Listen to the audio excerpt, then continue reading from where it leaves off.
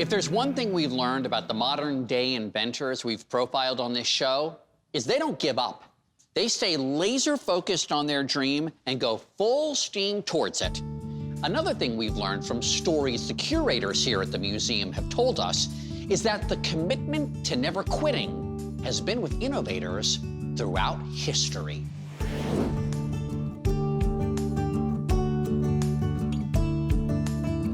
These creations illustrate very different types of work from very different people. I wanted to find out what character trait is present in all innovators and what powers the creative engine.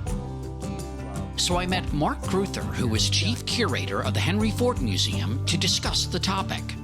Among innovators, not even just the famous innovators, are there traits you see among them, common traits? There are. I think actually you're looking at curiosity, you're looking at a tendency towards problem solving, a particular perspective on the world, if you will, looking at the world as an opportunity, the clues and all the rest of it. But I think a major one, though, is tenacity.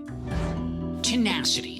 It's one of those invisible superpowers wielded by all innovators. You think that some of these innovators actually love the challenge? Oh, absolutely. No, I think there's no getting around that. Right, and I wonder, some of these innovators, they see a wall and they're thinking, you want to pick a fight with me? Mm-hmm. Absolutely. Let's go. Yeah, I think you've got to be up for that kind of challenge. Who is somebody that you might never associate with a Thomas Edison, but shares a lot of the same qualities? A very good example from our collections is a well, largely unknown Indiana farm wife called Susan McCord. And she's known now for the quilts that she produced.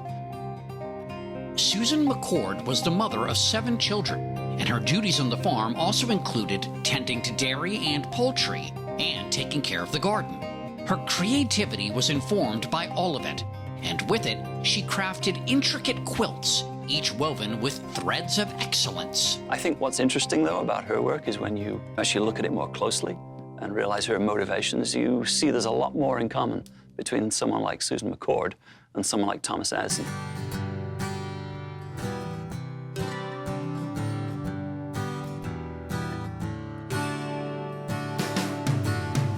Susan McCord created extraordinary quilts with everyday materials.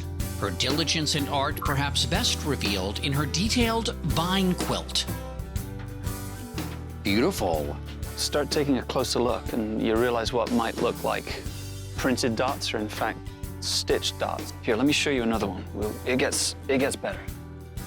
And this requires tenacity. Oh, absolutely. I mean, there's far easier ways of doing quilts than composing them to this degree. So this was not a profession. Oh, absolutely not. These are entirely practical things. These are to provide warmth. To provide warmth. Absolutely. There's a macro capability here in terms of the composition. It's whole and it works. But then you can zoom down, and there's a kind of micro capacity. The two are intimately connected, but they're at a quite far extreme. And when you zoom in, it's almost like circuitry. Absolutely, yeah. Arguably, there is genius in all innovation, in its intricacy and in its strength. And perhaps tenacity is the glue that binds those two together.